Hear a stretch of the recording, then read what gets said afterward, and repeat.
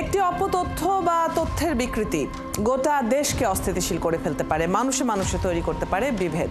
তাই জাতীয় স্বার্থেই প্রয়োজন এসব অপতথ্যের বিপরীতে সঠিক তথ্যটি তুলে ধরা। সেই কাজটি করতে এসেছি আমি রুবাইয়াত অদিতি। দর্শক, আমন্ত্রণ জানাচ্ছি রিউমার চেক নিয়ে ৭১-এর নিয়মিত আয়োজন ফেক নিউজ স্ক্যানারে। বাংলাদেশে এখন রাত বাড়লেই যেন গুজব বাড়ে। ফেসবুক স্ক্রল করলে মিনিটে মিনিটে সেসব গুজব ধরা পড়ে, তৈরি করে অস্থিরতা। এই যেমন গেল দুদিন ধরে ফেসবুকে ছড়িয়ে দেওয়া হয়েছে প্রধান উপদেষ্টার প্রেস সচিব নাকি পদত্যাগ করেছেন। ফ্যাক্ট চেক করে জানা গেল তথ্যটি মিথ্যা। ওদিকে তুলসী গ্যাবার্ডের একটি ভিডিও ছড়িয়ে দাবি করা হলো শেখ হাসিনা নাকি দ্রুত বাংলাদেশে আসছেন, পরে জানা গেল সেটাও গুজব। সংবেদনশীল এমন ৫টি অপতথ্যের ফ্যাক্ট চেক আছে এখন আমার হাতে। চলুন দর্শক, শুরুতেই দেখে নিই। গেল দুদিন ধরে বেশ কয়েকটি ফেসবুক পেজ থেকে ছড়িয়ে দেওয়া হয়েছে প্রধান উপদেষ্টার প্রেস সচিব শফিকুল আলম নাকি পদত্যাগ করেছেন। তবে এটা যে মিথ্যা তথ্য সেটা নিশ্চিত করে ফ্যাক্ট চেকিং প্রতিষ্ঠান রিউমার স্ক্যানার। তারা জানায় দাবিটি সঠিক নয়, প্রেস সচিব তার পদে থেকেই দায়িত্ব পালন করছেন। ওদিকে একটি বিক্ষোভ মিছিলের ভিডিও ফেসবুকে ছড়িয়েছে, যেখানে স্লোগান দেয়া হচ্ছে এই মুহূর্তে দরকার সেনাবাহিনী সরকার। দাবি করা হয় এটা নাকি সাম্প্রতিক, কিন্তু এটাও যে মিথ্যা তথ্য সেটা ধরা পড়ে ফ্যাক্ট চেকিং এ। জানা যায় ভিডিওটি প্রায় ১ বছর আগের, এটাকেই সাম্প্রতিক বলে চালিয়ে দেওয়া হচ্ছে।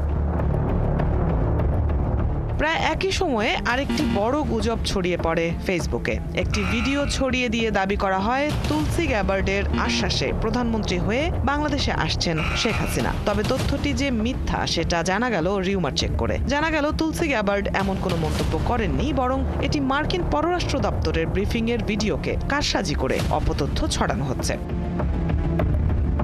ওদিকে অপপ্রচারের আরেক নজির দেখা গেল শেখ হাসিনার ভাষণের একটি ভিডিও ফেসবুকে ছড়িয়ে দিয়ে দাবি করা হয়েছে ভারতে প্রথমবারের মতন জাতির উদ্দেশ্যে ভাষণ দিচ্ছেন শেখ হাসিনা। তবে ফ্যাক্ট চেক করে জানা গেল বিষয়টি পুরোটাই মিথ্যা। ভিডিওটি ১ বছর আগের, তাও ভিন্ন ঘটনা। এটাকে সাম্প্রতিক বলে চালিয়ে দেওয়া হচ্ছে। এখানেই শেষ না, ভারত বাংলাদেশ ফুটবল ম্যাচকে ঘিরেও ছড়িয়েছে গুজব। এই যেমন সামাজিক যোগাযোগ মাধ্যমে একজন ফুটবলারের গোল করার ভিডিও প্রচার করে দাবি করা হয়েছে এটা বাংলাদেশি ফুটবলার হামজা চৌধুরীর গোল করার দৃশ্য। কিন্তু সঠিক তথ্য হলো প্রচারিত ভিডিওটি বাংলাদেশি ফুটবলার হামজা চৌধুরীর গোলের দৃশ্য নয়, এটা ব্রাজিলিয়ান ফুটবলার ইউলিয়ানের করা গোলের দৃশ্য। দর্শক, আজ 5টি ফ্যাক্ট চেক করতে গিয়ে দেখা গেল বাংলাদেশকে ঘিরে রাজনৈতিক ও আন্তর্জাতিক খবরগুলোকে বিকৃত করে মিথ্যা ছড়ানো হচ্ছে। অন্যদিকে সামাজিক ও ধর্মীয় ইস্যুতেও চলছে অপতথ্যের প্রচার। যথারীতি সবকটি সামাজিক যোগাযোগ মাধ্যমে সেটা ছড়িয়ে দেওয়া হচ্ছে। ব্যবহার হচ্ছে ফেক অ্যাকাউন্ট বা পেজ। রুবাইয়াত অদিতি, ৭১। দর্শক, সামাজিক যোগাযোগ মাধ্যমে এমন অজস্র পোস্ট আমাদের চোখে পড়েছে। সবচেয়ে সংবেদনশীল কয়েকটি পয়েন্ট তুলে ধরার চেষ্টা করলাম। আমরা আলাপ করবো এ নিয়ে। আমাদের সাথে এই মুহূর্তে যুক্ত আছেন নোয়াখালী বিজ্ঞান প্রযুক্তি বিশ্ববিদ্যালয়ের প্রক্টর অধ্যাপক AFM আরিফুর রহমান। চলুন কথা বলি তার সাথে। স্বাগত জানাচ্ছি আপনাকে ৭১-এ। প্রতিবেদনটি আপনিও দেখছিলেন যে শুধুমাত্র রাজনৈতিক কিংবা রাষ্ট্রীয় ইস্যু নয়, অনেক ধরনের ইস্যু, সেখানে সামাজিক ইস্যু যেমন উঠে আসছে, একই সাথে আমরা দেখছিলাম যে খেলা নিয়েও গুজব ছড়ানো। এই যে গুজব ছড়ানোর একটা প্রবণতা তৈরি হয়েছে এবং সেটাকে বেশ সুন্দরভাবে কিন্তু করাও যাচ্ছে, কারণ অনেকেই বিশ্বাসও করছেন, অনেক শেয়ার হতে দেখছি আমরা, অনেক রিচ হচ্ছে এই ধরনের পোস্টগুলো সামাজিক যোগাযোগ মাধ্যমে। তো কি বলবেন, এই প্রবণতা দিন দিন কেন বাড়তে দেখা যাচ্ছে? ধন্যবাদ আপনাকে সুন্দর একটি প্রশ্ন করার জন্য। বর্তমানকালে আসলে এটা একটি সবচেয়ে গুরুত্বপূর্ণ একটি ব্যাপার, আমাদের সবার এই ব্যাপারে খুব নজর রাখা দরকার। তথ্যের ব্যাখ্যা বা তথ্যের বিকৃতি এবং এই ক্ষেত্রে দরকার সঠিক তথ্যকে তুলে ধরা জনসম্মুখে। এবং বর্তমানকালে আমাদের যেহেতু আমাদের ইন্টারনেট এবং আমাদের স্মার্ট ডিভাইস ব্যবহার করার প্রবণতা সবার কাছে চলে গেছে এবং সরকারের বিভিন্ন দায়িত্বশীল দপ্তর একেবারে আমাদের রুট লেভেলে এই তথ্যের অধিকার বা তথ্যের অ্যাক্সেস সমস্ত মানুষের কাছে খুব ইজি হয়ে গেছে। ফলে সামাজিক যোগাযোগ মাধ্যম যেগুলো আমরা ব্যবহার করছি, ফেসবুক, টুইটার বা ইউটিউব, বিভিন্ন জায়গায় আমরা খুব সহজেই অ্যাক্সেস পেতে পারি। এবং এই অ্যাক্সেসটা যদি আমরা অন্যভাবে বা বিভ্রান্তিমূলক তথ্যের বা অপতথ্যের মাধ্যম হিসেবে ব্যবহার করি, তাহলে দেখা যাচ্ছে একেবারে গ্রামীণ পর্যায়ে, একেবারে আমাদের গ্রাসরুট পর্যায়ে মানুষের কাছে চলে যাচ্ছে যে কোনো তথ্য। তো এই ক্ষেত্রে আসলে আমরা যেহেতু খুব ইজি আমাদের ইন্টারনেট ব্যবহার করতে পারছি, ইন্টারনেটে অ্যাক্সেস পাচ্ছি, ফলে যে কোনো তথ্য এবং যারা এই তথ্য ছড়াচ্ছে বা তথ্যের বিকৃতি করে মানুষের কাছে খুব সহজেই পৌঁছাতে পারছে এবং খুব সহজেই মানুষ এই তথ্যের দ্বারা ইনফ্লুয়েন্স হয়ে যাচ্ছে। তো আমাদের এই ব্যাপারগুলা সবারকে সজাগ থাকা লাগবে এবং তথ্যের বিকৃতি রোধ করার জন্য আমাদের সবাইকে এই ক্ষেত্রে সজাগ থাকা লাগবে।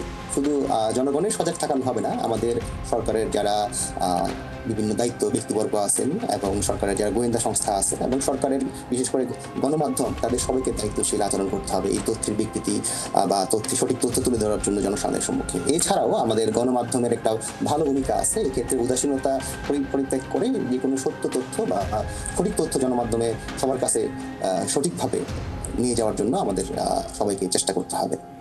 আপনি একটি কথা বলছিলেন যে এখন তো সবার হাতেই স্মার্টফোন, সবাই ইন্টারনেটে অ্যাক্সেস পাচ্ছে, সেখানে কিন্তু শিক্ষিত মানুষের পাশাপাশি অল্প শিক্ষিত থেকে শুরু করে অশিক্ষিত কিংবা শহুরে মানুষের পাশাপাশি গ্রামীণ যে একদম সহজ সরল মানুষ তারাও রয়েছেন এবং খুব সহজেই তাদেরকে বিভ্রান্ত করা সম্ভবও হচ্ছে। তো কতখানি, যেহেতু অনেক গুজবের ছড়াছড়ি, সেক্ষেত্রে এই চিন্তাটা তো নিশ্চয়ই আসে যে এই সচেতনতা বৃদ্ধির কার্যক্রম কতখানি আসলে দৃশ্যমান হওয়া প্রয়োজন আরো সব সেক্টর থেকেই। অবশ্যই আমাদের এই ক্ষেত্রে দৃশ্যমান হওয়া প্রয়োজন। তবে যেহেতু বাংলাদেশ আমাদের হাতে ব্যাপকভাবে আমরা ইন্টারনেট ছড়িয়ে দিয়েছি সবার এক গ্রাম পর্যায়ে, সেক্ষেত্রে একটা কথা চলে আসি ডিজিটাল সাক্ষরতা। আমরা সরাসরি গ্রামীণ পরিবেশে হয়তো বা ডিজিটাল সাক্ষরতা আনতে পারবো না, কিন্তু স্কুল, কলেজ, মাদ্রাসা এবং ধর্মীয় শিক্ষা প্রতিষ্ঠান সব জায়গাতে যদি আমরা ডিজিটাল সাক্ষরতা ছোট আকারেও যদি আমরা ওদের মধ্যে নিয়ে আসতে পারি, সেক্ষেত্রে আমার মনে হয় ভুয়া তথ্য বা বিভ্রান্তিক তথ্যের মোকাবেলা করা সম্ভব। উদাহরণ হিসেবে বলা যায় আমাদের শিক্ষা প্রতিষ্ঠানগুলো, আমাদের প্রায় 35টা বিশ্ববিদ্যালয় আছে, আমাদের প্রতিটা উপজেলায় একটি সরকারি কলেজ আছে, আমাদের স্কুল আছে, আমাদের মাদ্রাসা আছে।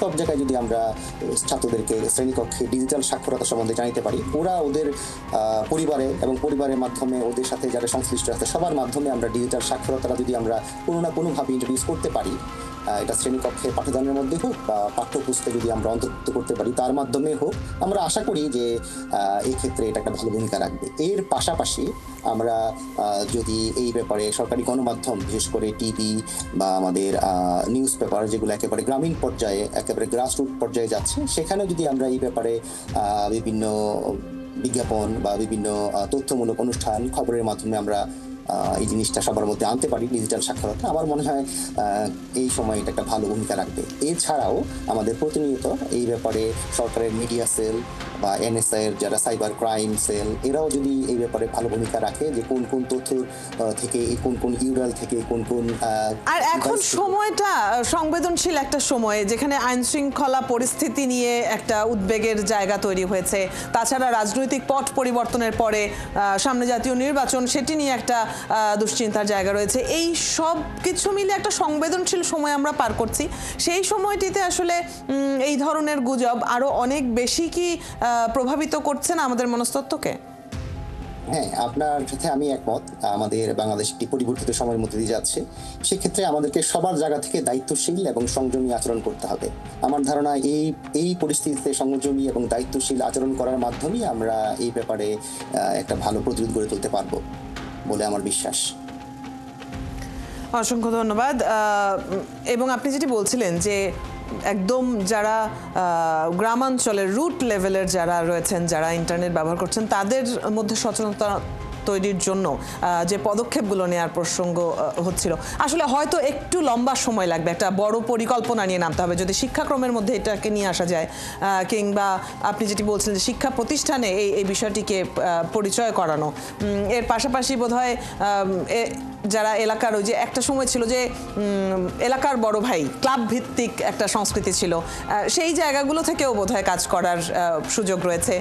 ধর্মীয় যারা বিভিন্ন যারা পথ প্রদর্শন করেন, সেরকম যাদের কথা মানে গ্রামাঞ্চলে এরকম দেখা যায়, কিন্তু তো তাদের মাধ্যমেও বোধহয় এরকম করা যেতে পারতো। অনেক ধন্যবাদ আমাদেরকে আজকে সময় দেবার জন্য, আমাদের সাথে যুক্ত হবার জন্য। দর্শক, এতক্ষণ কথা হচ্ছিল নোয়াখালী বিজ্ঞান প্রযুক্তি বিশ্ববিদ্যালয়ের প্রক্টর অধ্যাপক AFM আরিফুর রহমানের সাথে। আপনারা আছেন ফ্যাক্ট চেক নিয়ে। ৭১-এর নিয়মিত আয়োজন ফেক নিউজ স্ক্যানারে রবি থেকে বৃহস্পতি সপ্তাহে ৫ দিন আমরা রিউমার দূর করতে হাজির হব ঠিক একই সময়ে। আপনারাও যুক্ত হতে পারেন। যে কোনো খবর যদি আপনাকে সংশয়ে ফেলে সেটির একটি স্ক্রিনশট আমাদেরকে মেইল করতে পারেন fns.71tv@gmail.com অথবা ফেসবুকে যোগাযোগ করুন www.facebook/fake-news-scanner। আমরা সেই তথ্যের ফ্যাক্ট চেক করে আপনাদের জানাবো। চটকদার শিরোনাম দেখেই ক্লিক করবেন না। বিশ্বাস আর প্রতিক্রিয়া জানানোর আগে ফ্যাক্ট চেক করুন। থাকুন ৭১-এর সাথেই।